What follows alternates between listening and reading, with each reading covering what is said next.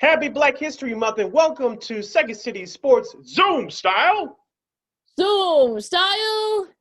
Along with Lakeena McGee, I am Sydney Brown. You can follow yours truly on the Twitter in the IG at SidKid80. Once again, at SidKid80. That's SIDKID80. That's SIDKID80.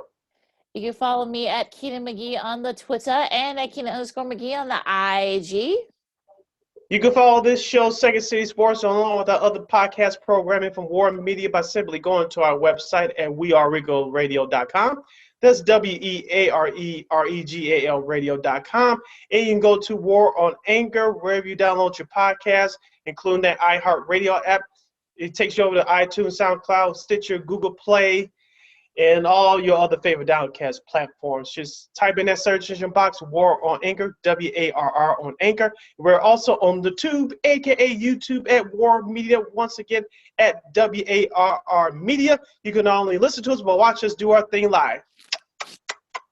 Thank you for your support in advance. Like, share, subscribe, and tell your friends.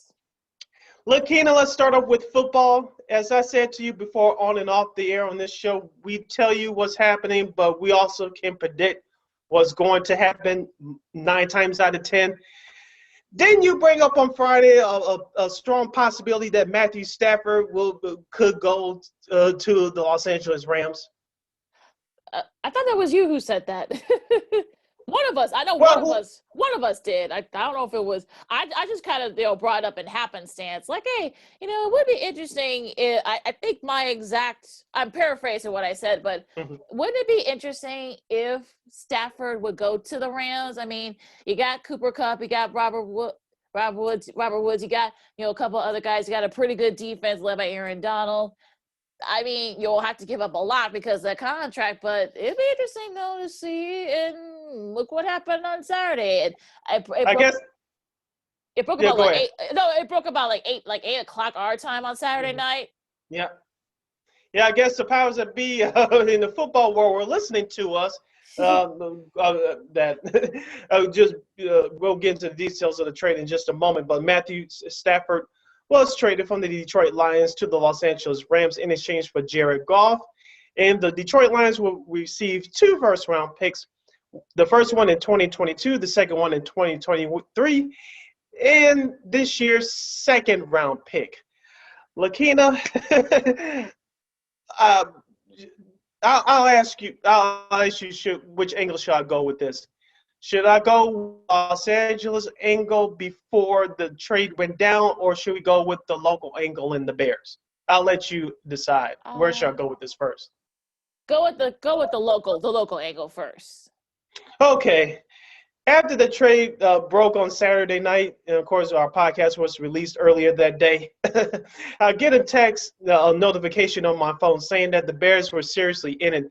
Of course, with General Manager Ryan Pace, as we told you all season on the show, that now that the Mulligans have ran out, head coach Matt Nagy of the Bears, GM Ryan Pace, and, well, we know Mitchell Trubisky probably won't be back as quarterback for the Chicago Bears, but Pace and Nagy, their heads on the shovel right now.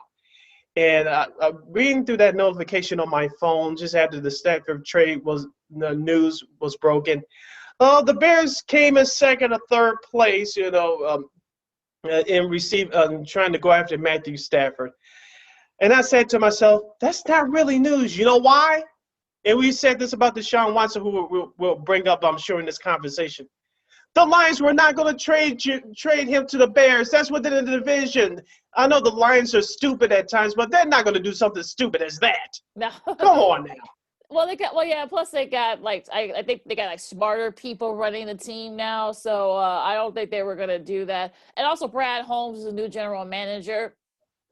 He worked with the Rams organization for years, so he worked closely with Jared Goff and was familiar with him, so they were able to. I know there were people on Twitter saying, well, he fleeced his former employer, but I mean, not necessarily so. I mean, and apparently Goff made some comments after the trade was official, saying that, well, kind of throwing McVay under the bus and comparing him to Gruden. We broke, a couple of weeks ago that there was definitely a little bit of disagreement, not in fight necessarily, but disagreement between Goff and McVay.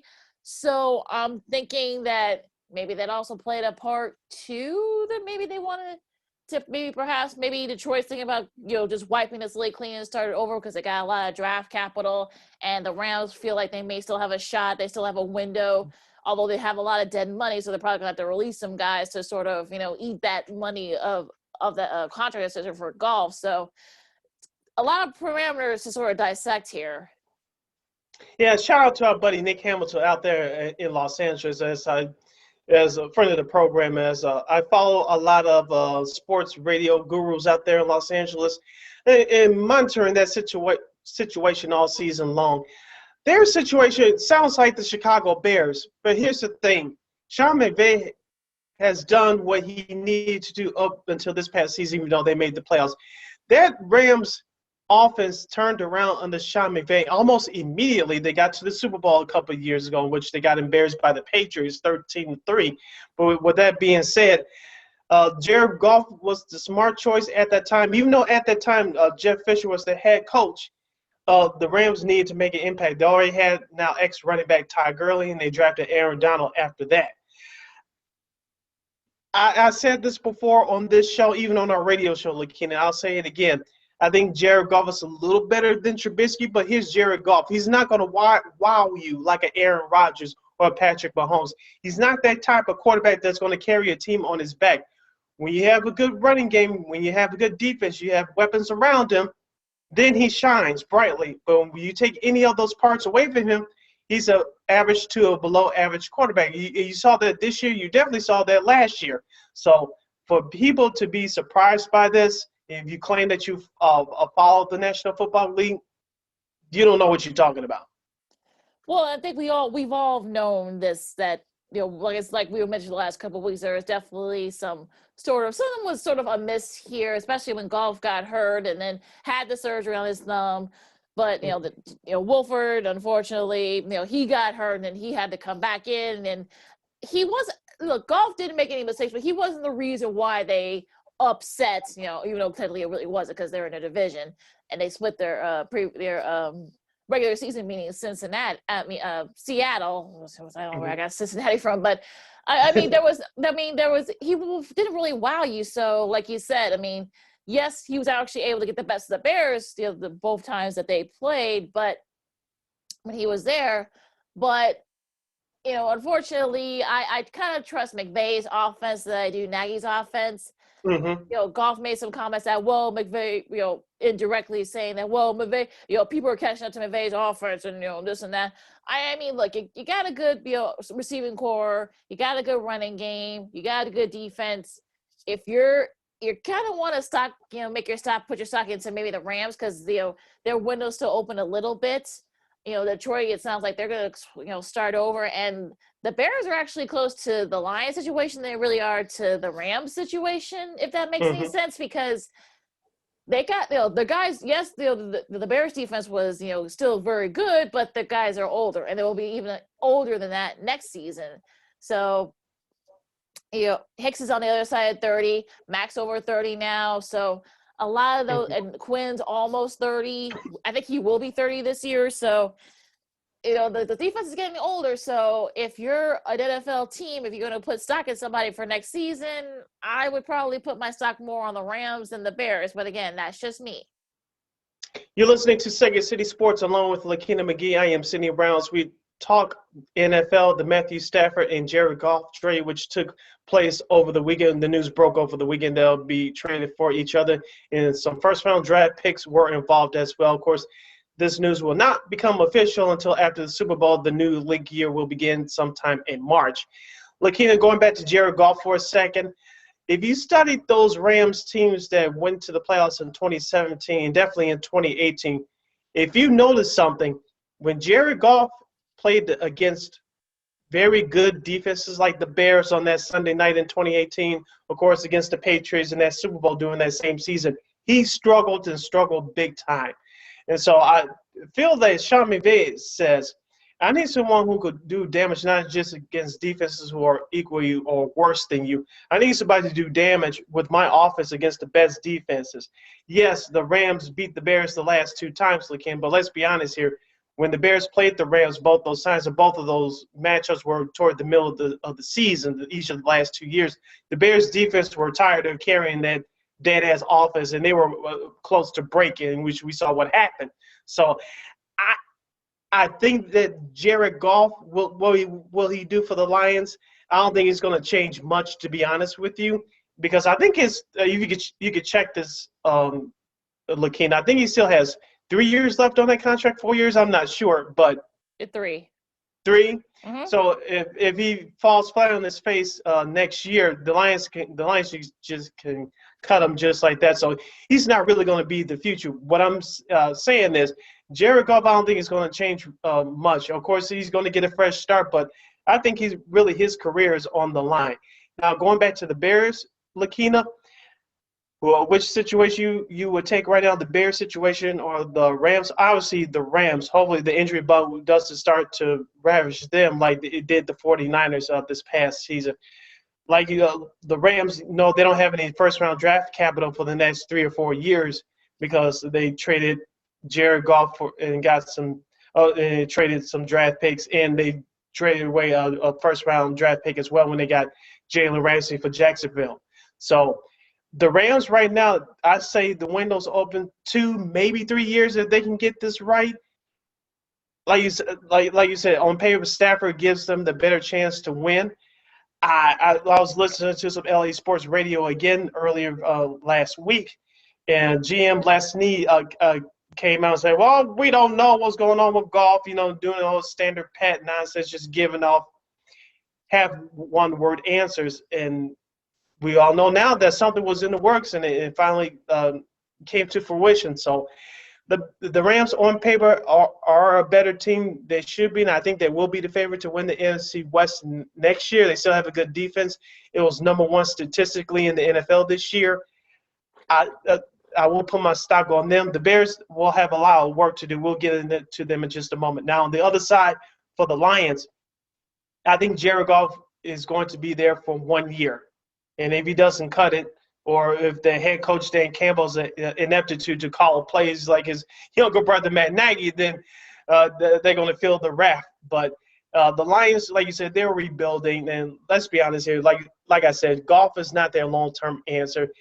The Lions had to take him, so in exchange for the first-round picks they gave to the Rams. So the Lions have a lot of work to do. Of course, they have a wide receiver named Kenny Golladay, who's a free agent. And if you're Golladay, even though you were injured this past year, would you come back to that mess? Oh, no, I wouldn't. And like I said, it's going to be very interesting in the offseason, especially with the salary cap. Yeah, I'm sure it's going to be lower. We'll see how low it is for a lot of these teams. And a lot of teams are not going to want to spend a lot of money or spend a lot of, on the draft picks. So this is going to be where it starts to, like I said, we probably won't know anything, concrete till after the Super Bowl. But to hear the Bears, they tried to get Stafford, supposedly that they were calling Miami about Tua, which, if you're Miami, do you really want to, who on the Bears do you want if you're Miami, or anybody for that matter, or even Houston? So I'm kind of like, the Bears really don't have much have a good hand here in what they can offer to teams. No, they don't. Other than a first-round pick this year or next year, that's about it. This team needs draft capital to rebuild this roster. And as I said before, Ryan Pace's job is on the line right now. All the mulligans are up, and any move that he makes from here on out, you have to strike gold on. We all know through his past draft history, he struck gold with the later round picks, but the first-round picks, outside of Roquan Smith from a couple of years ago, it's been trash. Oh yeah, totally. And it's going to be very interesting to see where all this goes, because we saw Stafford. He's gone to the Rams. The Packers. If we're the Packers for a second, they've already been very adamant saying that they're not going to trade Aaron Rodgers. He's still under contract with them, I think, for another 2 or 3 more years. So now going to Houston for a second. you're hearing, the Texans brass basically say, hey, we're not going to trade him. But, if you look at Watson's Twitter account, he's basically did an Allen Robinson, scrubbed everything, scrubbed the Texans logo from all his social media. So it's sort of like, I know people will say, well, the Texans got the cards, well, Watson's got all the cards. I mean, to me, I think, if you're the Texans, you don't want to have an unhappy superstar. You saw what happened to one of your fellow Houston teams in the Rockets. I mean, Harden kind of let himself go, and look what happened. Now we'll see what he does once he gets himself in shape. But I don't know if you want to go that route if you're the Texans right now. I mean, you don't want a guy, you don't want to have an unhappy Watson going to training camp. You don't want an unhappy Watson, going into preseason, depending on how the schedule is going to be next year. So it's going to be very interesting, though, in the Texans front. Yeah, in the case of Deshaun Watson, everybody say he holds the cards. He does for now, but let's just say he doesn't get his wish and get traded this offseason. The Houston Texans actually hold the cards because they can find him every day through training camp. And if he miss any regular season games, they could take a whole lot of money out of his check. And we all know, Lakeena, especially professional athletes, football players in particular, because only 25 to 30% of their contracts are guaranteed. When you start losing money, you cannot recoup that back. So the owners know that, the players know that. For those of you that don't know that, you better know that now. So Deshaun Watson, he may have the cards right now to trying to see if he can maneuver out of Houston. If he's remains as a Texan to start next season, I want to sit out games. I want to miss training camp.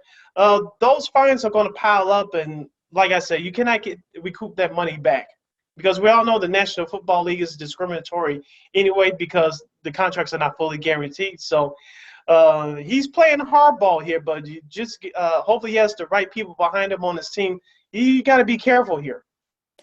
Well, yeah, absolutely. You don't want to it's sort of like poker, right? You don't want to show your hand, right away. And, hopefully maybe they can be in the middle and then maybe they say, hey, you know what, maybe if you get rid of your no trade clause, we can kind of figure out, okay, which, what you think will be not only the right fit for you, but also the right fit for us to make sense for us, financially, with draft picks and stuff like that. So, I mean, I don't know. I mean, like I said, this is going to be very interesting all season in that front. And yes, I'm sure both sides feel like they have the cards, but it's going to be just to see like who will break face first. That that's probably going to be the $1 million question. Which side will break first? Which side will say, hey, you know what? Let's try to make a deal together. Or if Deshaun and his people say, hey, okay, you know what? We'll get rid of our no trade clause and we'll figure out like what will be the a destination for you.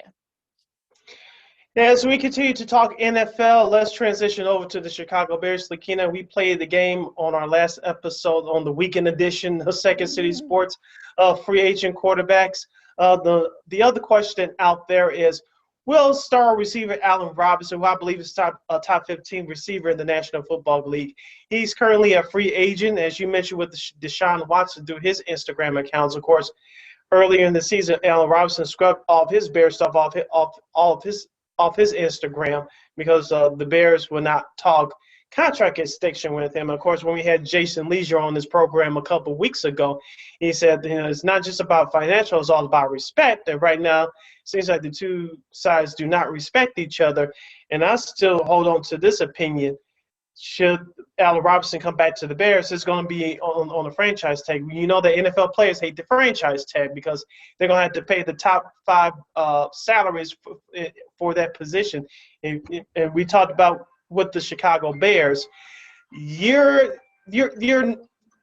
at a salary cap crossroads anyway. So even you do cut those players to maneuver a cap, do you really have enough to pay Allen Robinson at a top 5 salary for that position going to next year? I don't think. Yeah, I think that's sort of like the thing with the Allen Robinson thing, because if you're Allen Robinson, do you really, like I've been saying for the last couple of weeks, do you really want to, come back to the Bears, not knowing what the quarterback situation is going to be, not knowing that they may have to release a lot of their veteran guys to sort of get underneath the cap? They just released a statement about an hour ago about tickets, assuming that fans will be able to, to come to Soldier Field and watch the Bears next season. they're still kind of playing it by ear. You don't know how much revenue is going to be, going to be there for them to spend on anybody. This is why they're doing like all these, trade proposals, quote unquote, and whatnot. Mm-hmm. So if you're Allen Robinson, you're hoping and praying that they don't franchise tag you so that you can go to the Ravens or the Rams or, maybe another, I'm trying to think of another like contending team. I'm sure who needs another wide receiver, or the 49ers, a team like, mm-hmm. Teams like that. So if you're Allen Robinson, you're sort of hoping and praying that they don't get the tag so you can could be a free agent and, go mm-hmm. wherever you want to go. But like you said, I think I'm with you, Sid. I mean, the Bears are at a crossroads right now, and like the cap situation is good. It's a very a very tough thing to figure out. Like we've been saying, it'll probably be lower than it's been in in the last few years because of the pandemic, because of you couldn't get revenue from getting people in the stands and whatnot. Mm-hmm. So I'm thinking, like you said, that the team as a whole, I mean, are there really contenders next year? That's another thing that you kind of have to throw in there. I'm sure if you're Allen Robinson, you're still in you're in your late 20s now. You want to go someplace where you can be a contributor to a contending team. And let's face it, the Bears probably aren't going to be that next year. So you're kind of like, okay, what? You're kind of like you're sort of stuck because you don't know they could just they could tag you anytime they want. So mm-hmm. you're kind of like, okay, you're sort of like you're stuck if you're Allen Robinson, unfortunately. Yeah, if you're Robinson, you're going into the prime of your career. You're a couple years removed from that torn ACL. And yes, you have options. And I said this on the show before. If the Packers decide to make a serious offer to him, you wouldn't think he would take a chance at that at a heartbeat, especially sticking it to the Bears. I wouldn't doubt that for a minute. So the options are here in favor for Robinson, assuming that the Bears don't slap the franchise tag on him. I still have a sneaky feeling that can happen, but we'll see what happens with Mr. Robinson. Now we're going to play a game. Top free agent wide receivers for this offseason. You ready, Lakeena? Who do you think the Bears should go after? Let's be realistic here. All right, let's kick it. All right.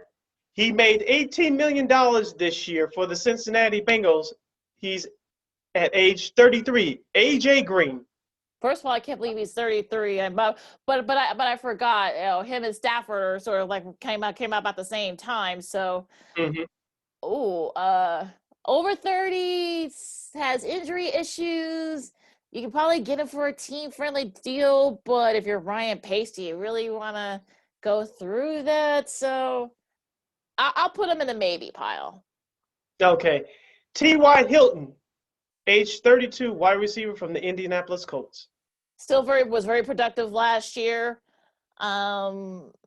Basically said I saw his tweet. He said it was basically he's a free agent, so it doesn't look like he'll be back with the Colts. So, I would put an offer in for him. I think he's still very productive. I think he led the team in receiving yards. Had some injury issues early on in his career, but has been very productive. So I definitely take a gander at him. The next name is Larry Fitzgerald, but I think he's going to retire, so we can cross him off. Or maybe he might try again with the Cardinals. So yeah. That's probably. But he's not coming here. No, he's not. Sammy Watkins, 28, wide receiver, Kansas City Chiefs. I say no. Too injury prone. I say no too. And he's making $9 million this season. Marvin Jones, age 31, out of Detroit. I'm sure Jones would love to stick it to the Lions because he's kind of feel like the Lions have sort of left him out to dry in the last few years. So I probably take a gander at him. Like I said, still very productive. You saw firsthand what he's done to you a couple of times, especially in the last meeting from this past season, which led to Detroit upsetting the Bears. So yeah, mm-hmm. I probably would take a flyer at Mr. Jones. This name I didn't expect to see on this list. Age 26, Corey Davis for the Tennessee Titans. He'll probably be too expensive for them to take. I mean, they've got other guys now, so I'm not surprised that the Titans probably don't want to go their route with him. I mean, he's younger than all the guys we've mentioned, so that's one thing they got going for him. could it be just be that maybe he just needs to find the right system for him? I mean, I don't know if the Bears system is the right fit for him, but it doesn't hurt to check, right? Mm-hmm. It does not hurt. So Corey Davis made over $6 million this year. Of course, Cordell Patterson, he's a free agent. He made $5 million this year from the Bears. I'm not going to say Danny Amendola. He's too old. He's a free agent out of Detroit. Keelan Cole, age 28, out of Jacksonville. Wasn't very productive. We didn't really see too much of him because, he plays in Jacksonville, so that we didn't, know too much of him. But, I mean, again, younger, probably a little bit cheaper. Knowing the Bears will take a gander at him, I'm thinking. This one will have fans giving me the dirty look, but you'll see why in a minute. Demarcus Robinson, age 27, out of Kansas City. Oh gosh, that's another tough one, but I think they might stay away from that one, from him, I think. Oh, so you're going to say that Matt Nagy will actually use the football sense and not pick up an old Chief? Oh, I don't know. Well, you never. Well, unless Nagy wants him. I mean, unless Nagy wants him. I mean, that might be the one thing they'll probably give him to come here is because Nagy. I'm sure he knows him, so that could. But that's probably within Pace's wheelhouse. Let's see, Zay Jones, age 26, out of Las Vegas for the Raiders. I would definitely make an offer to him. I think, look, he very productive. I think he didn't really get showcased too much in Gruden's offense. So I'm thinking that maybe the Bears will probably take a look at him. Like you said, he's 26. He's got the speed, and I think he led the Raiders in receiving, I believe, or was definitely in the top 3. So I would definitely probably take a look at Mr. Jones, that Jones too. You're listening to Second City Sports along with Lakeena McGee. I am Cindy Brown as we talk NFL free agency, wide receivers who will become available this offseason. Continuing, age 25 from the Carolina Panthers, Curtis Samuel. Oh yeah, definitely. I think he led the Panthers in rushing, if I'm not mistaken. So he's still young, so I would definitely probably take a look at him.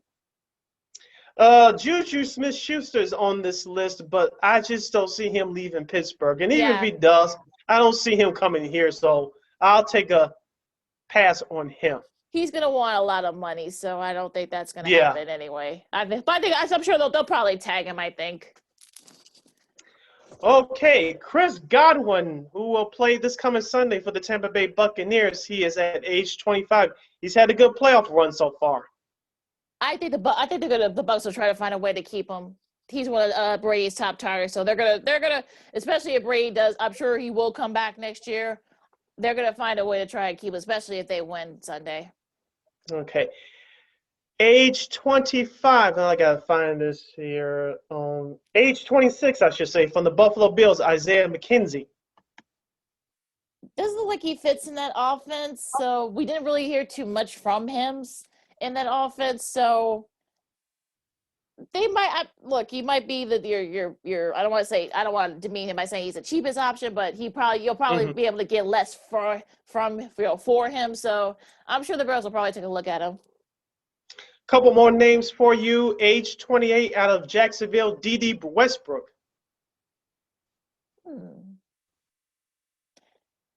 That's it.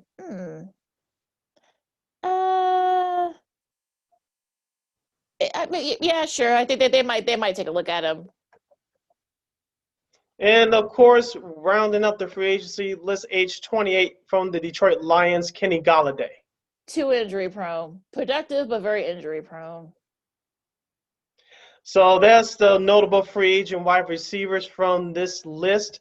Lakeena, what about you? See, I would take a look at Golladay, but I don't know if the Bears will do that. I don't know if he's going to be the answer.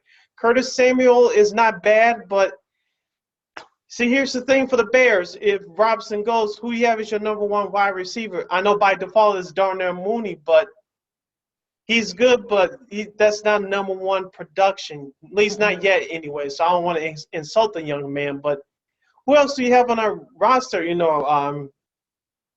Calvin Ridley's brother, Riley he didn't get on the field to the last playoff game. Mm-hmm. He didn't play much in his Bears system for 2 years.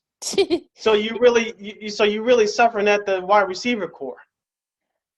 Well, like you said, I mean, who's your number one guy if they don't tag Robinson, or if Robinson does leave? I mean, you don't really have anybody by that point. So, Mooney, we didn't see much of. Really, we just saw him like 3 weeks ago. So I don't think he's not going to be your top guys. So I don't know, of those names, who do you think the Bears should pursue? I think T.Y. Hilton wouldn't be bad. I know Kenneth Davis from that Davis show in Flippin' Friends, he hates, football-wise, he hates T.Y. Hilton, probably for the same reasons you mentioned, Lakeena. But with that being said, I would realistically take a look at T.Y. Hilton. But I think the question will be, who's going to be the quarterback? Will it be Nick Foles? I know there's a quote-unquote outside chance of Trubisky, but I think realistically, I don't think he's coming back here. So if you don't pursue a trade and execute it, you have no choice. It'll be Nick Foles. So I think the question is, they do have a decent, it's a better wide receiver free agency class than the quarterback class. The question is, who's going to throw these guys the ball if you're a wide receiver? And I think that's what I wanted to bring this up earlier. If you're Allen Robinson, if you want me to come back, that's fine. Give me my market value, and who's going to throw the ball to me? Those are the two issues I have right now. But back to who I think the Bears realistically should take a look at is T.Y. Hilton. He's the best out of that bunch I just read off. Because let's be realistic here. Juju Smith-Schuster, he's not going anywhere. He's definitely not coming here. And A.J. Green, he's not coming here. He's going to a contending team. Oh, yeah. So he's not – yeah. Those two guys are out, I'm sure, no doubt. And probably money-wise, you'll probably get Hilton at a more reasonable price than the other guys that we mentioned. And he's probably going to be willing to come here. So I don't know. But like you said, I mean, the quarterback situation with the Colts, I mean, that's another thing that's a big question mark too. So we'll see. Yes, we will see. Lakeena, I have an idea. What's up? Let's take a 20-second timeout because the next segment is going to get hot and heavy. We have an instant classic from the weekend we had to talk about from the NBA, the Chicago Bulls and the Portland Trail Blazers. That was very entertaining to watch, to say the least. On Saturday, we had a couple other big games from the association as well. College basketball, Illinois and Iowa. It was a dogfight down there in Champaign from Friday night. And we had to get into a little hockey. There's some baseball news as well. And since it's February 1st, as of this recording, we will pay tribute to a Chicago legend, Chicago's very own. You'll find out who that is when you come back. You're listening to Second City Sports. Welcome back to second segment of Second City Sports Zoom Style. Zoom Style. Once again, I'm Lakeena McGee. You follow me at Keena McGee on the Twitter and at Keena_McGee on the IG. You can follow yours truly, Sydney Brown, at Twitter and at Instagram at SidKid80. Once again, at SidKid80. That's SIDKID80. That's SIDKID80. Hey, you can follow the show here on wearerealradio.com, at War on Anchor, at War Media, wherever you listen to our show and all the other great shows, That's Davis' show, all the other shows that are available on Anchor, Spotify, Apple, iTunes, Google, basically everywhere you get your podcast, you can find us. Also on the tube or on YouTube, go to War Media. You can find our lovely faces. Like, share, and subscribe, and tell your friends and family. We appreciate your support, as always. Yes. Mwah, mwah, mwah, mwah, mwah, mwah. We thank you, and we thank you. So the Bulls was a tough one on Saturday, Sid. Against Portland, they were down big, but they were able to come back. Then they were up again. But then, Damian Lillard did what Damian Lillard usually does. I don't know about you, Sid, but when I saw him get that, jump ball, look, we can talk about how that should not have been a jump ball, or that should have been a foul on Litter, even before it got to the jump ball. But that's neither here nor there. We'll talk about that. But that's just one of those tough losses for the Bulls. Now they begin a 2-game, series, that they're going to do this every once in a while to kind of reduce the travel, especially now that since a big snowstorm just hit us here over the weekend. Also over in New York too, they'll play the Knicks on Monday, starting tonight, Monday, and they'll play again later this week. So where do you see the Bulls? Because I'm hearing like so many, Bulls Twitter is probably like one of the worst Twitters. I'm calling some of y'all out because some of your takes, but we'll get to that in a little bit. But Sid, what are you seeing with the Bulls and and everything? Where do you see this team at this point in the season? It's a failure to do the little things to close out games. And we said this year is going, whether they made the play-in tournament / the playoffs or not, this is a team that's in transition.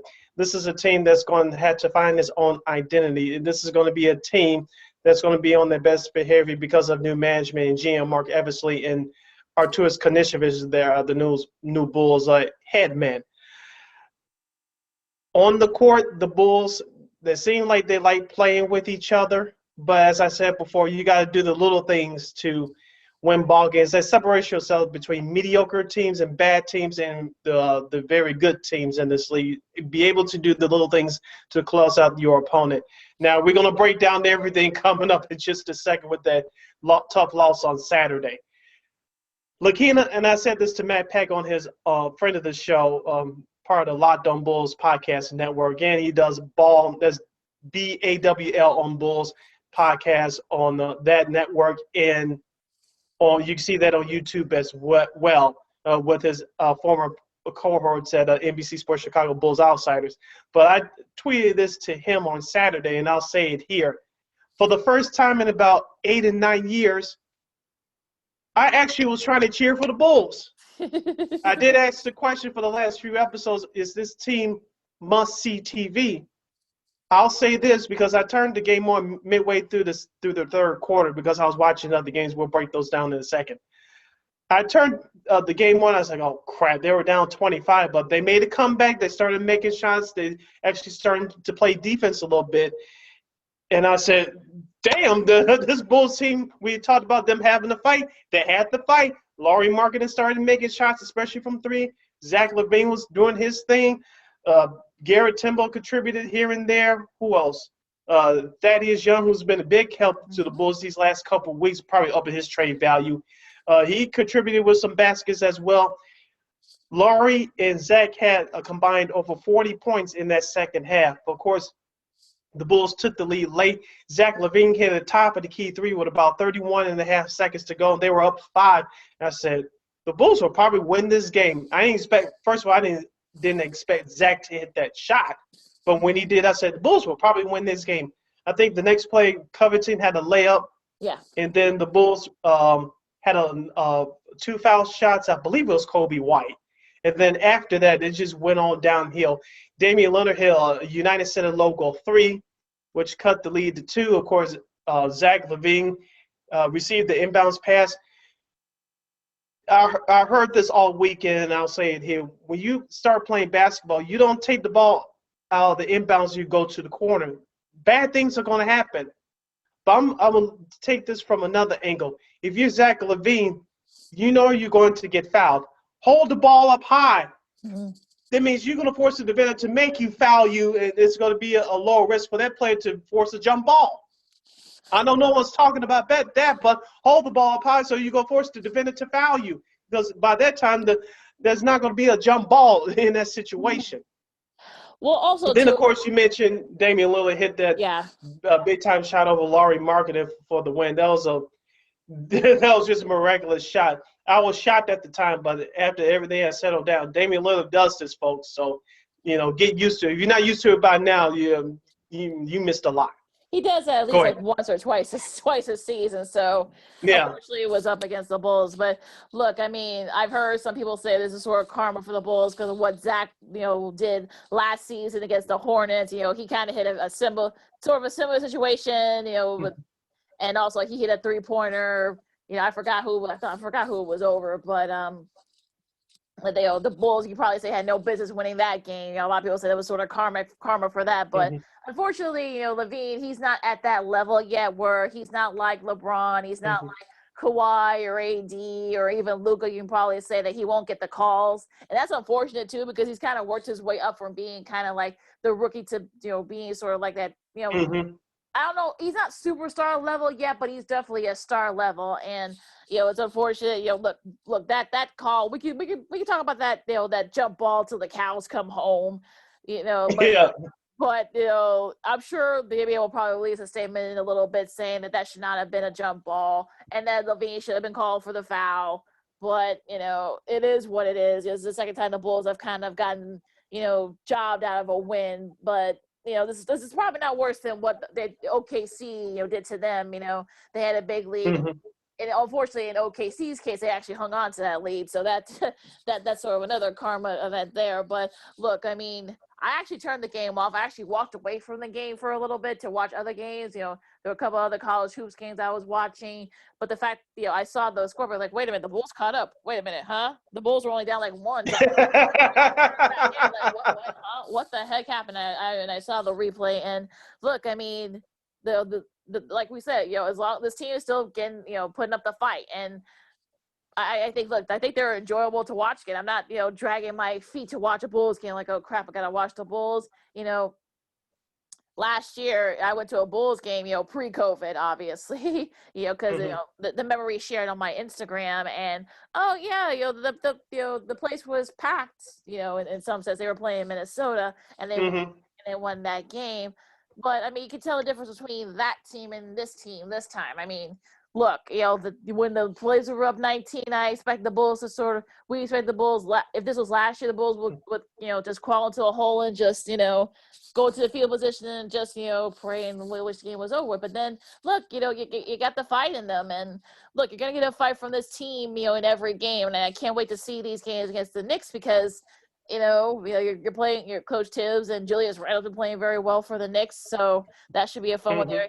I think him and Levine are going to be battling it out, so that should be an interesting one in those games. But look, I'm not expecting the Bulls to be a playoff team, but let's see what we have. I mean, look, a lot of these guys probably won't be here next season.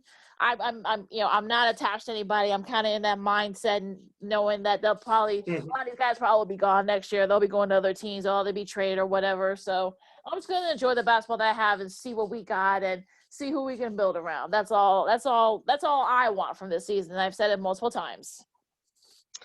Well, there's some in every bad situation, there's some good that always comes out of it. Breaking down the box score from Saturday night's loss, of course, Lauri Markkanen finished with a team-high 31 points, including 6-11 from three-point land. He hit a few three-point shots in that third and fourth quarter to help the Bulls get back into the game. Of course, Zach LaVine had 26 points, 6 of 8 shooting from three-point land. Kobe White, as I mentioned a moment ago, hitting those 2 free throws. He had 20 points to go along with 6 assists. He had a better game previous to his prior performances. So Kobe White had an encouraging performance. Patrick Williams got back on track, at least offensively, chipping in with the 11 points off of 4 of 7 shooting in 24 minutes. So there are some encouraging signs. You didn't get that much from the bench in terms of scoring on Saturday, but as I mentioned earlier, you got key contributions from Garrett Temple and Thaddeus Young in that comeback attempt against Portland. So there are some signs, and that's due to, of course, head coach, as we've been saying all year. Billy Donovan makes a world of difference. Definitely, there's no comparison between him and Jim Boylan, folks. The only comparison is that the way this team is playing right now. I know people want to compare the record for this year's team to last year's team, but it may be identical. But the way this team is going, hopefully trending upwards, is much better sitting in this position than a year ago. Yeah, absolutely. And look, I mean, like we've been saying, this will probably be a totally different team next year. So we'll just see what we have. And look, I mean, Wendell Carter Jr. is going to be out for about a month. We're not going to debate on how it happened or why it happened. I'm sure people have their conspiracy theories. We won't go there, but it'll be interesting to see what Billy Donovan does in his spot. I mean, will we see more of Gaffer? Will Young be there? Will Matt's favorite guy, Felicia, are we going to be seeing him We love you, Matt. Gotta get you back on the show too. But yeah, so it's gonna be very interesting. Look, Patrick Williams' development, he is getting better. Garrett Tibble's actually been pretty productive for a guy, over 30. He's 35, but he's still very productive. I mean, Satoransky's, has been pretty good too. So, Thad Young, like you said upping his trade value. So I'm really excited to see, how this team progresses, how this team grows as the season goes on. Because, look, I'm not going to say they're going to make the playoffs. I mean, could they perhaps maybe make a play for those one of those play-in spots? Sure. But I'm not going to put all this, pressure on them to, like, let's just get better. Let's just be confident and competent again, and we're getting that. So let's do a little, spruce up the little things, and we could probably be right there to sort of contend for those playoff spots or the play-in spots, as they say. Yeah, as you mentioned about the schedule, as of this recording, they'll have a 2-game series with the New York Knicks this week, and then, of course, heading towards the weekend, they have a 2-game series at Orlando. Those are very winnable games. I don't think that it is unreasonable to take at least 3 out of 4 of those games. Do not come out of there worse than a split. Oh yeah, absolutely. I think so. I think they'll split. Especially the way the team is playing, and of course after what happened on Saturday. Yeah, absolutely. I think they'll split it. I think Orlando's been sort of, up and down lately. So have the Knicks. So they could definitely. I would say the probably more reasonable expectation would be probably to split both these games. I'm not going to expect them to go 4-0 or nothing like that. I think split is probably the most reasonable thing we can ask them to do. All right, let's go around the other games from the weekend in the association. Lakeena, the primetime game from Saturday night, I actually watched this via ESPN3 via the behind the backboard cam with no announcers. It was the Lakers coming out on top, 96-95 over the Boston Celtics. I know that Marcus Smart was hurt. He's going to be out a couple of weeks. Everybody thought the injury was a whole lot worse. Thank goodness it wasn't. Anthony Davis, who had a strong game for the Lakers, led the team with 27 points, 14 rebounds. Jason Tatum had a great game for Boston with the game-high 30 points, 9 rebounds, and 3 assists. Lakeena, I know people want to put the panic button on all the Los Angeles Lakers. We said this all year, guys, that the first month, maybe month and a half of the season, maybe even the first half of the season, the Lakers would just coast, win enough games, trying to get themselves dealing with the shortest offseason in league history. These games mean something, but they don't mean that much. It's all about getting ready for the second half of the season, being healthy enough going into the playoffs. Oh yeah. Look, I don't know why Lakers fans, because you know how some of them are, and I'm not calling them dramatic because of course they're in Los Angeles, they're in Hollywood, but there were some Lakers fans that were saying, "Oh my God, no, oh no, LeBron and them, they're losing." Like, guys. Look, 73 games, it's still a long season, like you said. Their off season was very short. It's gonna take them a while to kind of, AD's, taking a couple of games off here and there. LeBron actually we'll probably see that later in the season where he'll probably take maybe a game or 2 off here and there. But that was a very thrilling game. Look, the Lakers actually, their defense actually kind of saved the day for them. To keep them from, avoid another heartbreaking loss. But I think that'll definitely help their confidence. Look, Boston, Tatum, 30 points, like he's showing you why he's one of the, definitely one of the newest superstars in the league. I know like new, but he's like 22. So that's, that kind of, makes you feel kind of old there for a second, but it's still, but still, I mean, look, it was a great game. If you're the Lakers, you'll take the win and then you'll leave Boston with the win. So, and that's fine. But look, it was an entertaining game. I mean, we'll see if this is good. Finals preview as they were hyping it, but look, we weren't disappointed. It was a very entertaining game, as it usually is between these two historic franchises. But Phoenix, Phoenix got a couple, got a nice win against Dallas. Dallas, I'm a little worried. Should Dallas? I know. Because I know. Look. A lot of the guys, about half the team had COVID issues earlier in the season, but they're still trying to kind of warm up and sort of, get their strength back and whatnot. But Doncic can only do so much, and if you're a Mavs fan, should you be worried? Maybe. Yes, no. You should. They don't turn it around very, very soon, but time's going to run out pretty soon. If you don't turn it around within the next couple of weeks, there's going to be a problem. We gave that warning to Denver. We'll discuss them in a minute, but it seems like they got the memo, so they're starting to turn it around. As you're listening to Second City Sports, along with Lakeena McGee, I'm Sidney Brown. As we break down the National Basketball Association key games from this past weekend. We'll mention this game quickly. Shout out to our friend Alana Techhauer, a basketball blogger. Her Heat finally won a game for the first time in a while. They defeated Sacramento on Saturday, 105-104. Jimmy Butler, former Bull, by the way, made his return, scoring 30 points, grabbing 7 rebounds and 8 assists. But the one game I wanted to highlight in the Eastern Conference from Saturday night, I was actually watching this one live via my computer, is the Charlotte Hornets getting by the Milwaukee Bucks, 126-114. I'm sure in the long run, this game won't mean anything to Milwaukee, even though Giannis led Milwaukee with 34 points. LaMelo Ball is showing why he's one of the top rookies in the NBA. He led Charlotte with 27 points and 9 assists. Gordon Hayward had a great game too, but he got blocked by Giannis early in that game at the rim. But with that being said, Charlotte, there's still a couple of games under 500, but I'm liking the way they're playing right now. I know the Bulls beat them about a week ago or so, but Charlotte, I'm not going to say they're not entertaining to watch, but they're starting to become one of those teams that you got to pay attention to. Oh, yeah, absolutely. I think MJ's finally made the right moves, and I think they'll definitely be, right there contending for those last few spots in the Eastern Conference, perhaps even those playing games like we were talking about with the Bulls. LaMelo's definitely impressed me. Everyone's saying that he's sort of the more talented of the Ball brothers. We're seeing it why. But that was a very entertaining game, and I have to say, you got to give Charlotte credit for being right there, because they were sort of like stuck in the middle like the Bulls were for many years. It looks like they're starting to go into a higher level, sort of kicking it into gear, and perhaps maybe contend for one of those play-in spots. Okay, and one last game from Saturday night. There was the Warriors 119, the Pistons 91. The big story here, and I actually watched a few minutes of this game, even though it was an ugly blowout via my computer. Mm-hmm. Klay Thompson made his broadcasted debut with Bob Fitzgerald and Kalina Azubuike on NBC Sports Bay Area on Saturday night. I want Klay Thompson to go out there and play, but he may be working on his second career, which is not bad. Not bad at all. I'm not saying he's going to be one of the greatest analysts of all time, but he was kind of entertaining. I know the Warriors broadcast team had him do some sideline reporting here and there last year.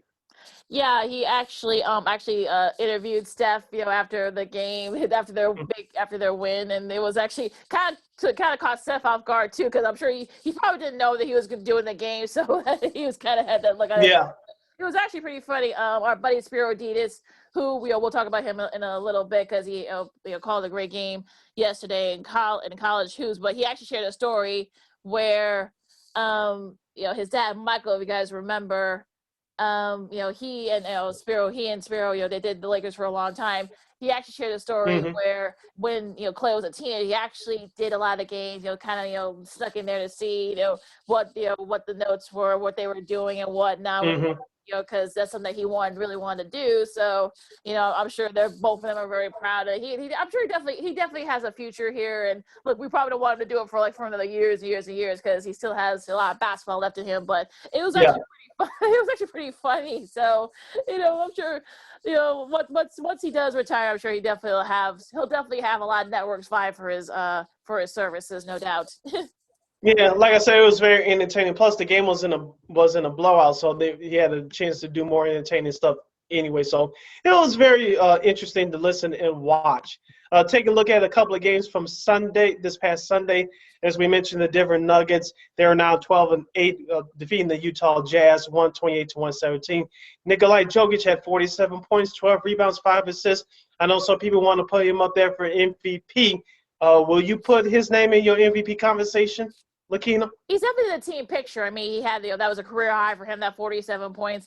I actually was kind of surprised that they were able to beat Utah the way they did, snapping their 11-game win streak. But look, Jokic has kind of picked up the slack because Murray is still sort of Rick sort of getting his strength back from being in the bubble. So he said, okay, you know what, Jamal, you go ahead. I got it. He's been averaging, I think, about like 30 points, since, and also even better that the Nuggets have actually kind of gotten it together, and they're actually getting better too, record-wise, and now 12-8. So I think that if you're a Nuggets fan, if you're a little bit nervous, you should be feeling a little bit better now. And also they're, they're getting some contributions outside them. I mean, outside, Murray and Jokic. I mean, Willie Barton had 18 in that win. Paul Millsap, had a nice nice performance for him too. So I think the Nuggets are starting to kind of get. Sorry about that. Nuggets are starting to kind of get to where we all thought they would be. So that's great to see.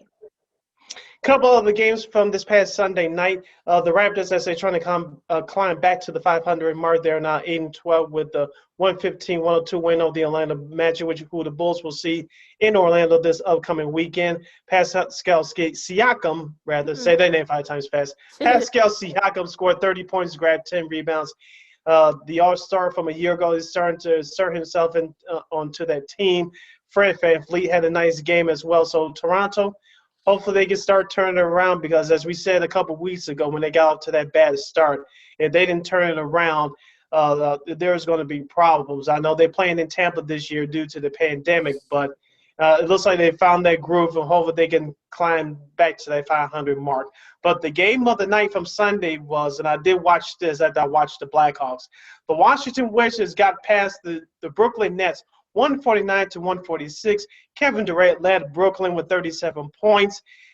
James Harden did not play in that game. Russell Westbrook had a game-high 41 points, including a go-ahead three-pointer with less than 3 seconds left.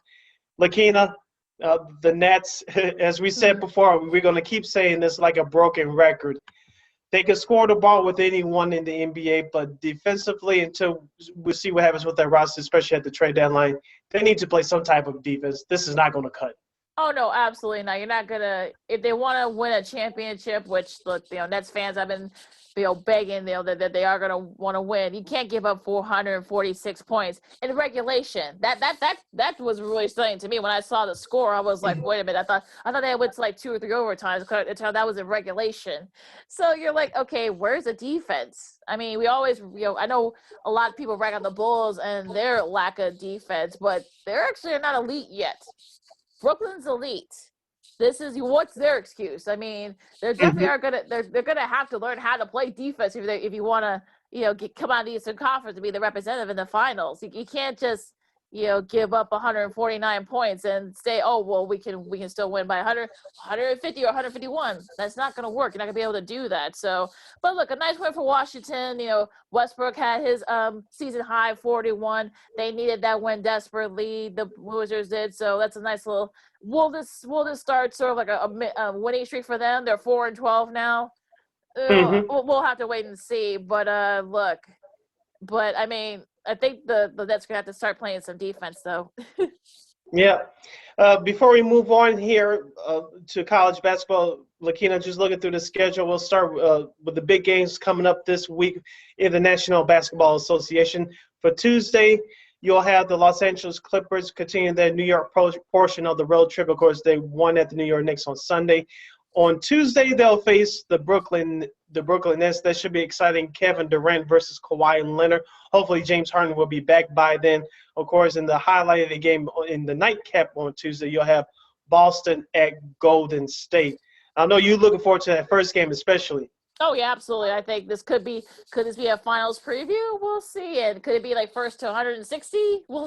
Which could very well end up happening. So I'm looking forward to that. That should be a defenses optional type game. We'll see there. But I think the Boston Golden State will probably be pretty entertaining too, I think.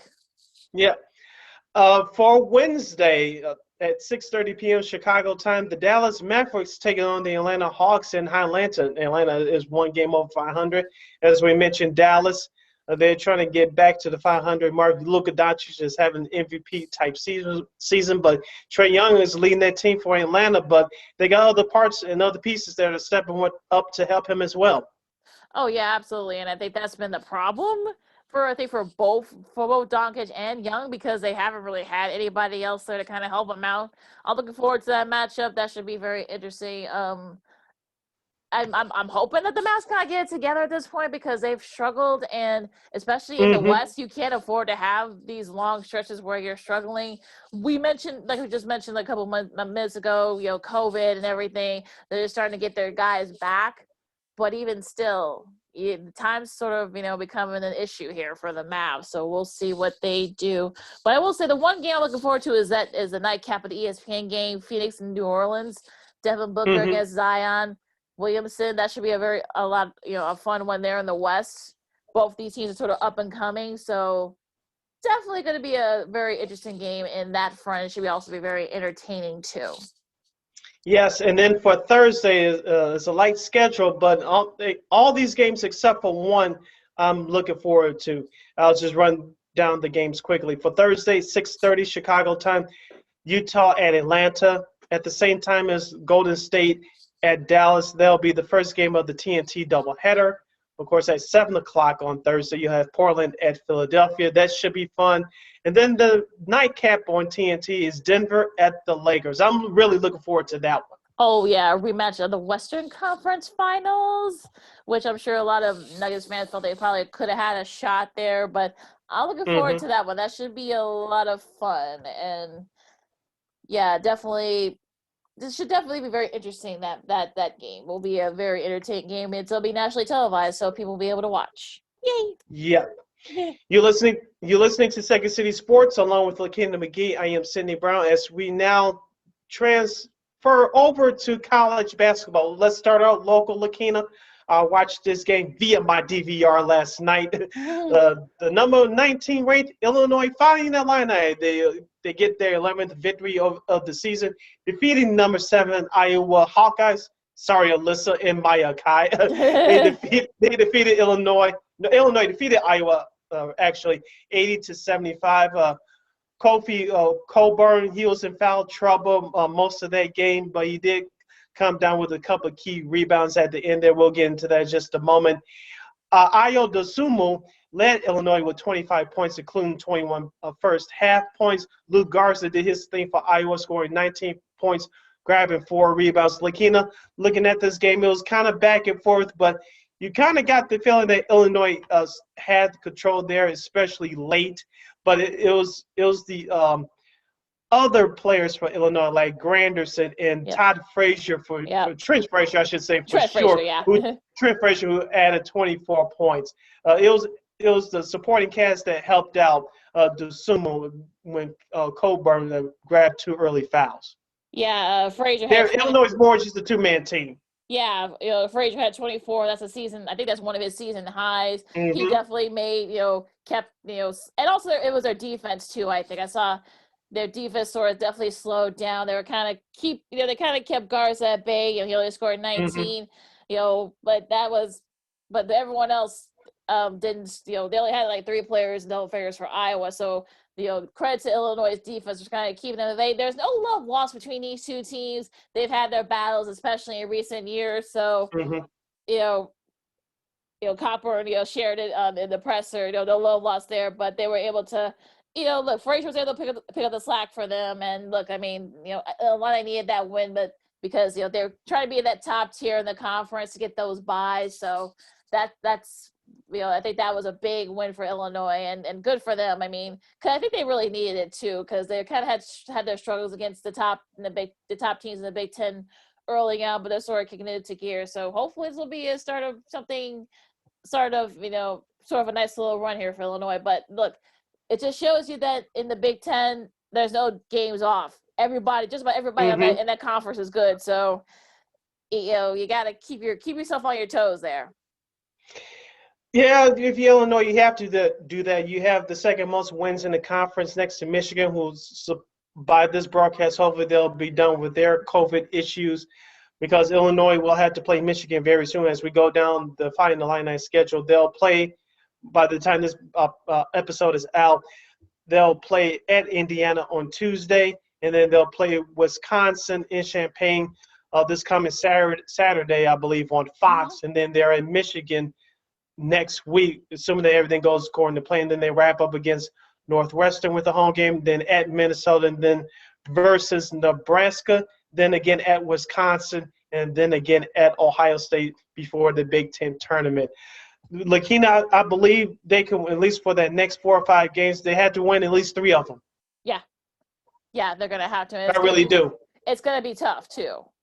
We'll see where Nebraska is, and I think they're just coming back because they've had their COVID issues, so that's still going to be a tough game. Fred Hoiberg will have his guys ready. So, yeah, like I said, there's no off games in the Big Ten. There are no off games here. So, Illinois is going to have to keep themselves on their toes, especially, if you want to get to, win that regular season Big Ten title. Yep, no days off.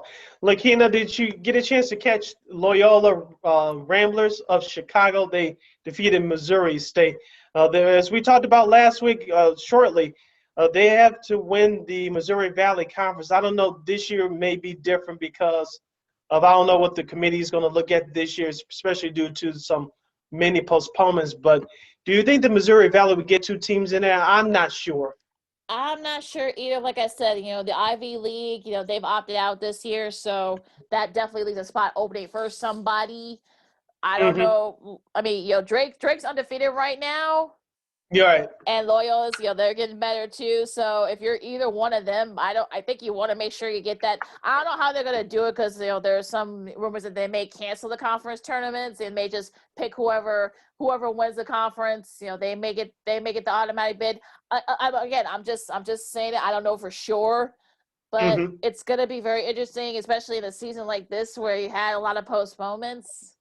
I don't know they probably won't get 2 teams in.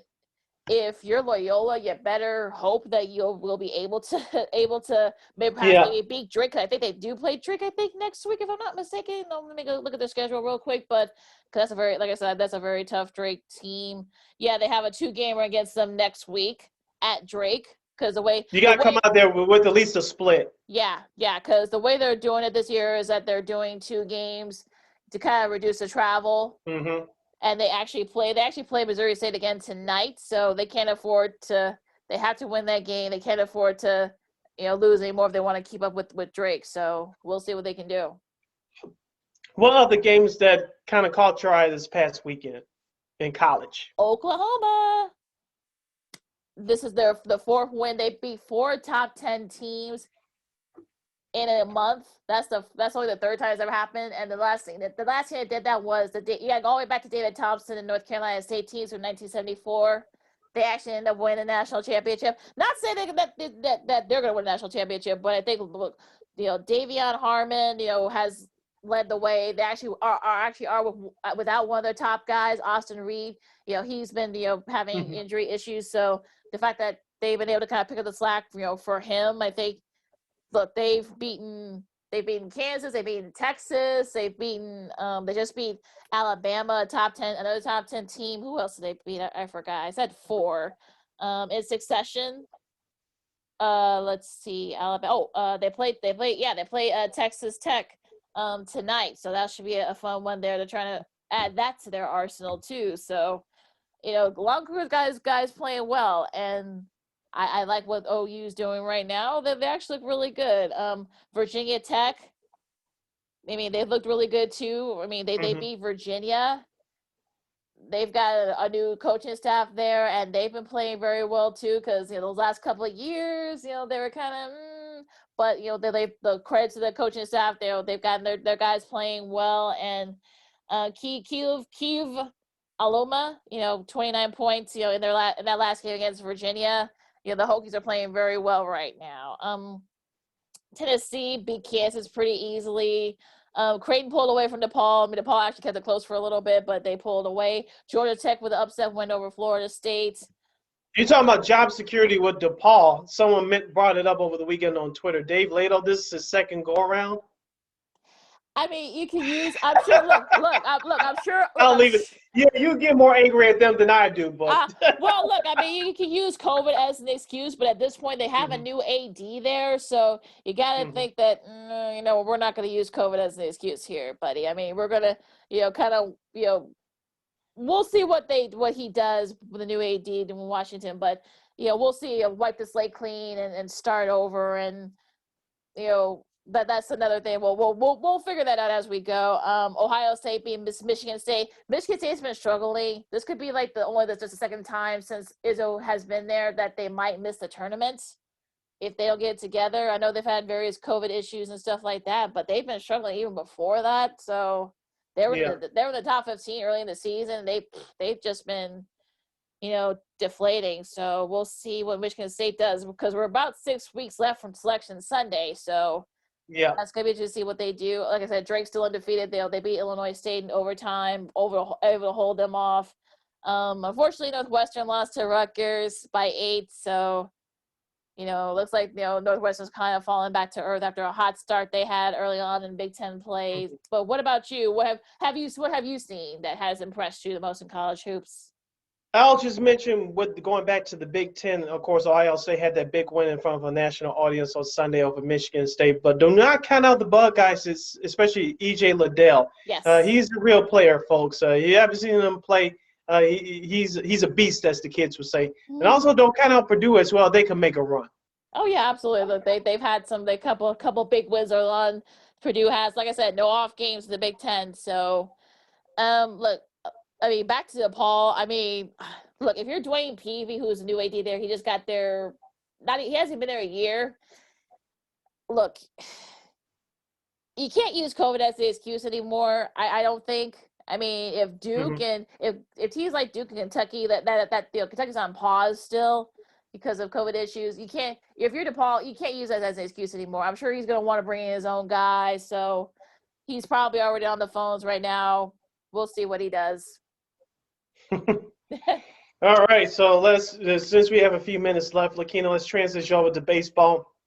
Before we get to the big issue, let's start off with something not small, but it'll be an integral part to what the White Sox do this year. I'm talking about Carlos Rodon. Of course, he was injured. He came back later in the year. Now, ex-manager Ricky Renteria used him out of the bullpen. That was not a good idea, but among other things. But with all that being said, Rodon is back for 1 year at $3 million. I know some people want to slide him in that number 5 spot. Some people want to slide him in the bullpen / long relief role. What do you think will happen to Mr. Rodon when the season starts? I'll be excited to see what Tony Luso does with him, because I think, look, we saw what he tried to do from the bullpen. It didn't work. We'll see what he does, the back end. So I can see it kind of like as a mid-relief guy. I mean, I think that'll take the pressure off him for, he doesn't have to do like a full game, but he can actually be sort of like a bridge between the starter and the reliever. So I can see LaRusso using him as more of a middle reliever, I think, because like we said, we saw what happened. We tried to, he tried to do the back end thing. It didn't work. The bullpen certainly didn't work, especially in the playoffs. So I think they're going to try to do the middle relief thing, I think, with Mr. Rodon. What do you think? Yeah, I agree with you. I think that's the role that he needs to have on this team, along with Ronaldo Lopez, assuming that he's still with his organization. But back to Rodon. We know that coming out of the bullpen late does not work, especially after he came coming off of Tommy John surgery. But anyhow, like you said, if someone goes down, if anybody goes down in that starting rotation, he'll be the perfect fill-in in that starting rotation until whoever gets injured in that starting rotation returns. Should be very like I said. I'm sure he'll have his his sort of his spots of what to do with him. But I think they'll use him as a middle reliever. I really believe that. All right. Okay, Sid. Oh, actually, you know what? Before we talked about that, which Dustin Pedroia, the former AL MVP, he's announced his retirements. Do you think he's a Hall of Famer? He's kind of borderline. I know he's had a great career with one organization. I know he came up with a bunch of big hits, especially during the World Series year 2013. He also did back in 2008 when he won the AL MVP. I don't see him as a Hall of Famer. He's had a very good career, but a Hall of Famer, nah.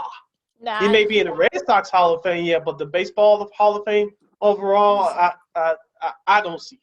Yeah, I don't either. Like I said, I think he's a Hall of Very Good, as they say, and I hate saying that, but I think in his case, he probably is. But I don't think he's a Hall of Famer. At least not that's just my opinion. Yeah, he was a very good leader in that clubhouse, and that should not be ignored either. Yep. All right, Sid. We have some interesting stuff that came out in the season. The MLB actually offered the players, the MLB, the PA, the Players Association, a delayed 54 game season, I should say. And while the players are mulling over that for this season coming up, they have not provided a counter offer though. So where do you see this going? Because we're going to be doing this again, aren't we? Yes, we will. I know and I see and hear a hustle when I know one. Let's give a backtrack, ladies and gentlemen. Lakeena, remember we were talking over here during the summer, especially with a few of our guests about when baseball was coming back. They really wanted to do it in July, but it turns out they really didn't want to do it on July 4th. You waited to the end of July to pull off the 60 game season. You know why? Because you didn't want to pay the players, okay? Of course, they had to give in not having fans in the stands this year, in the last year, until the playoffs in the League Championship Series in the state of Texas.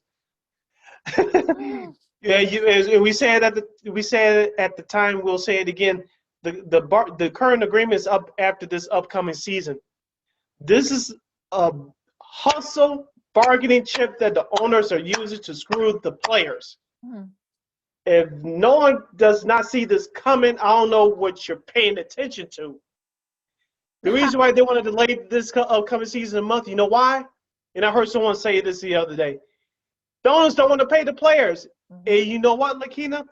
All these teams, including our two teams here in Chicago, at some point, they're going to open up the stadium, assuming that things are improved by then, which I think they will, but they're going to open it up slowly. You're going to have fans in there. And which have we all learned throughout this past year? The majority of their revenue, yes, a big part of it comes from TV, but the majority of it comes from us fans. And to say that you don't want to pay the players for a full season, I am not for it. I know a hustle when I see one. And number two, but now on the flip side, I've been saying this for years.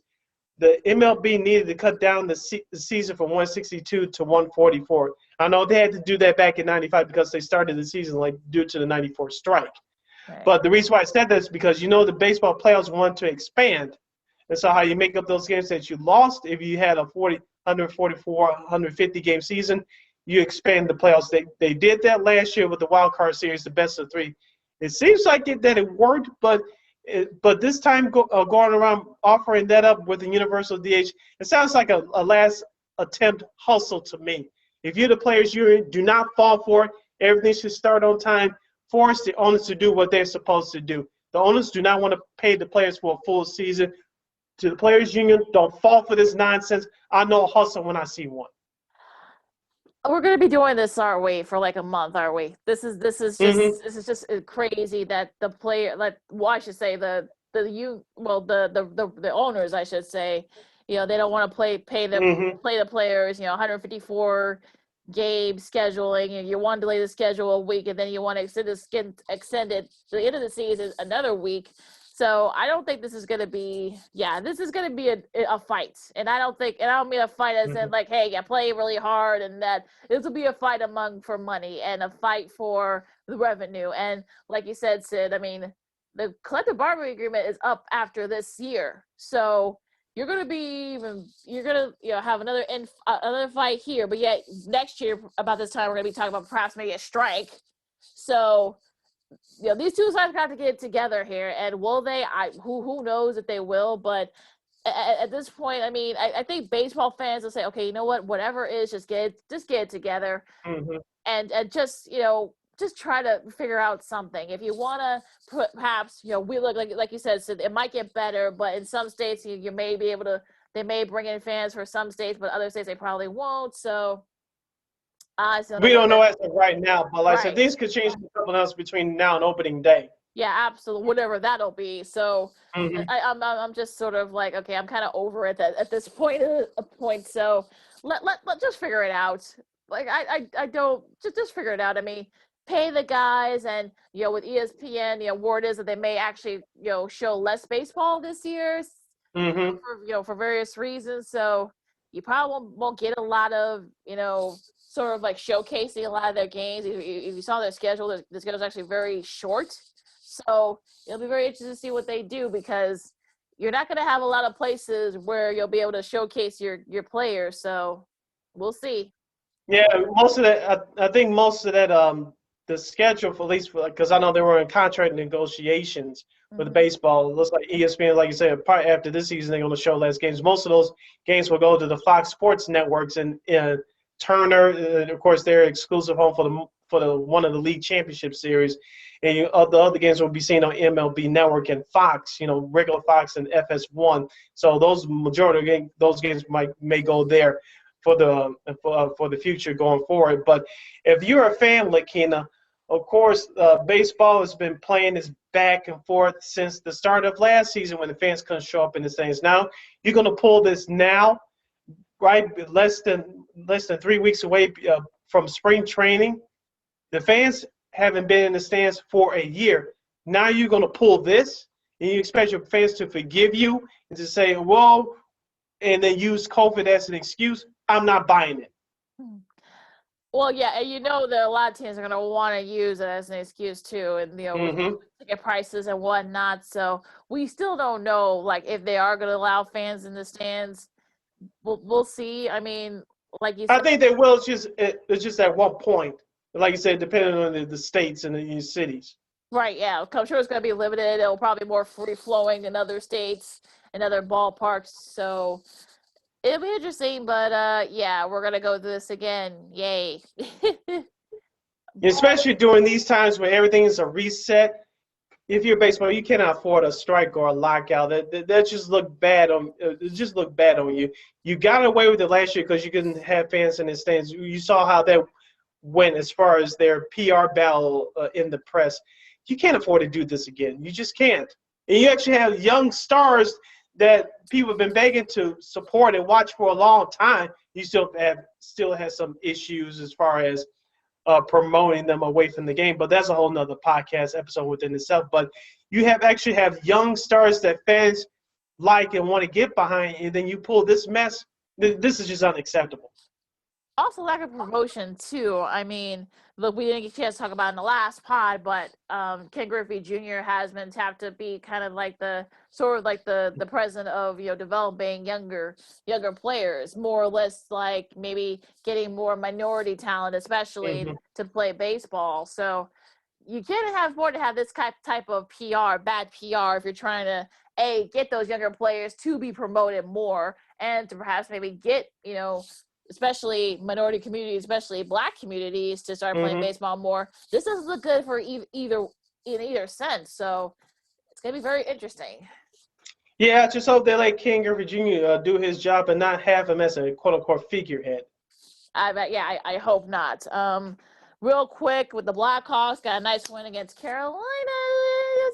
Columbus, I should say. My bad, because they play Carolina tomorrow. But it looks like they might have finally found a goalie, Sid.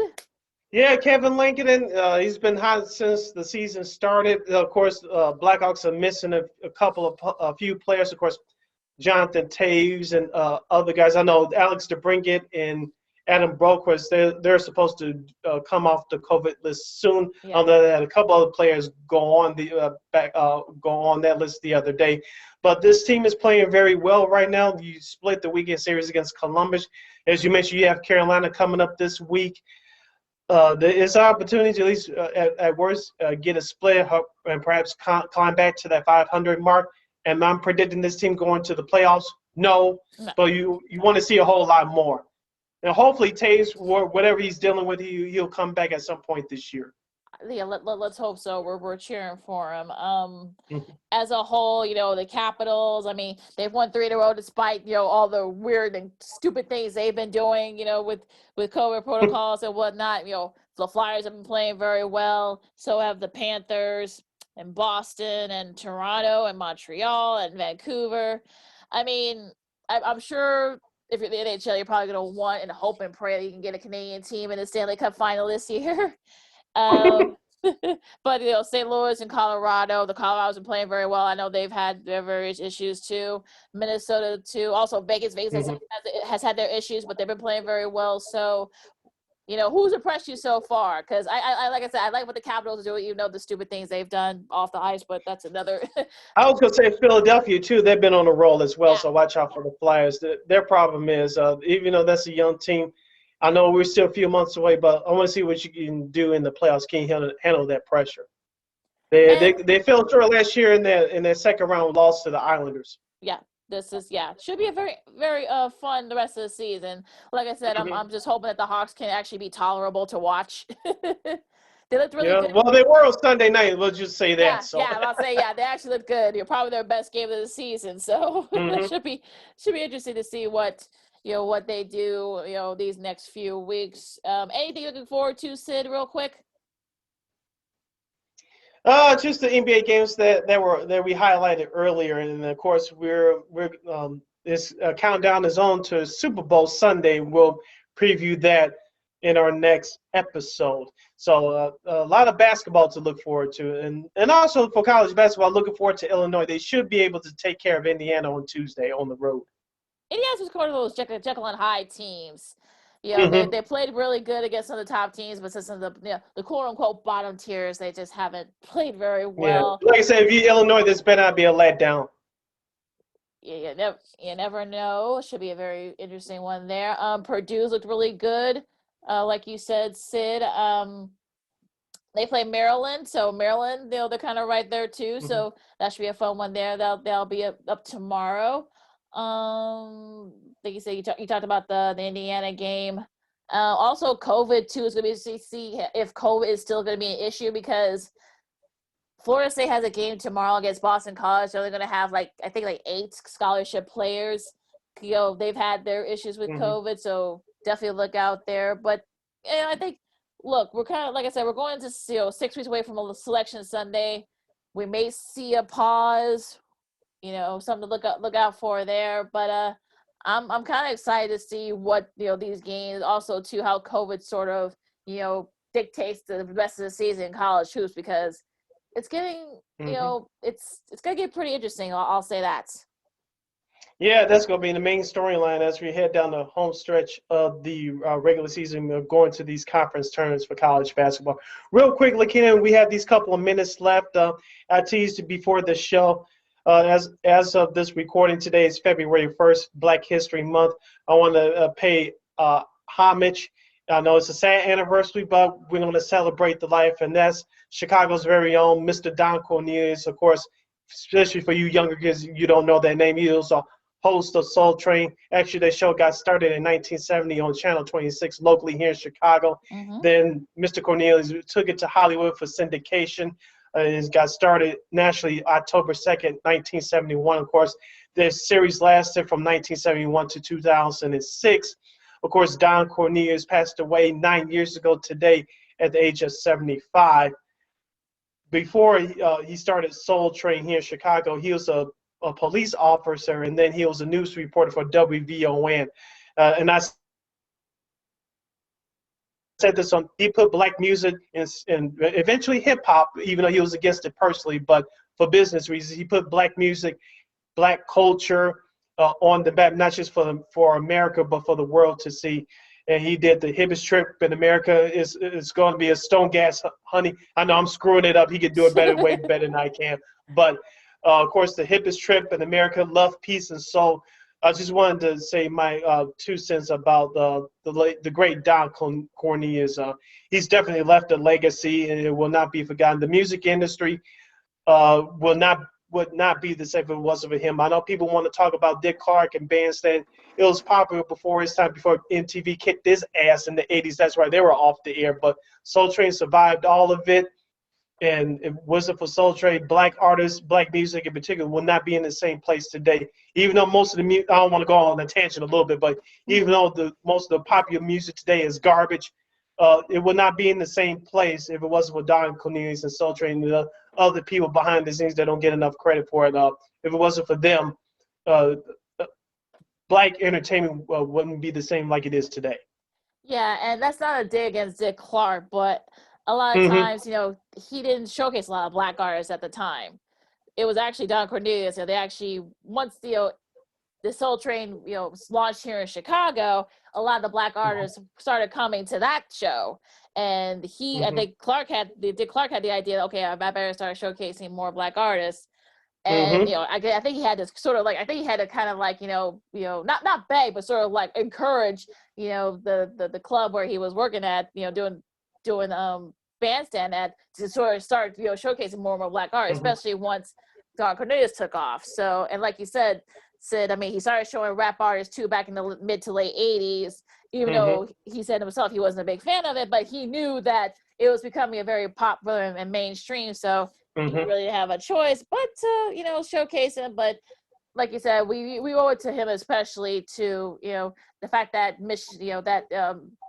artists and the culture, was being showcased on a national level, which wasn't happening beforehand. So, rest in peace. And, unfortunately, unfortunately today's music, for the most part, there's some good music, but a lot of it now Mm-hmm. is just not what it used to be. But we owe it a lot to Dick Clark, but also especially to Don Cornelius, because if it wasn't Yes.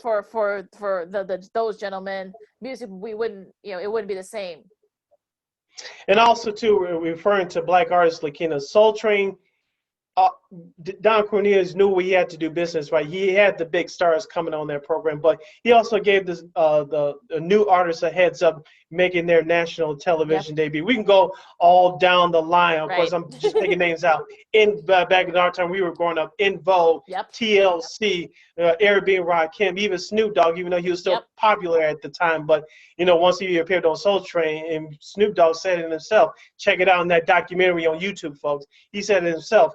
If it wasn't for Don Cornelius and Soul Train, I wouldn't even be here. So for American Bandstand, if you were a black artist, you had to be at the top of your game. Dick Clark wouldn't put a black artist on that was trying to get their foot in the door. You had to be a superstar like Diana Ross and Michael Jackson, Visually the Jackson Marvin 5. Gaye and Marvin Gaye and all them. Right. Smokey Robinson and them. Exactly. Right. So what Don Cornelius did, yes, you had to have the superstars on to sell. Of course, Gladys Knight was his first guest when he made it national, but you also had those up and coming stars that wanted to get their foot in the door to help start their careers. So, Don Cornelius deserves credit for that as well.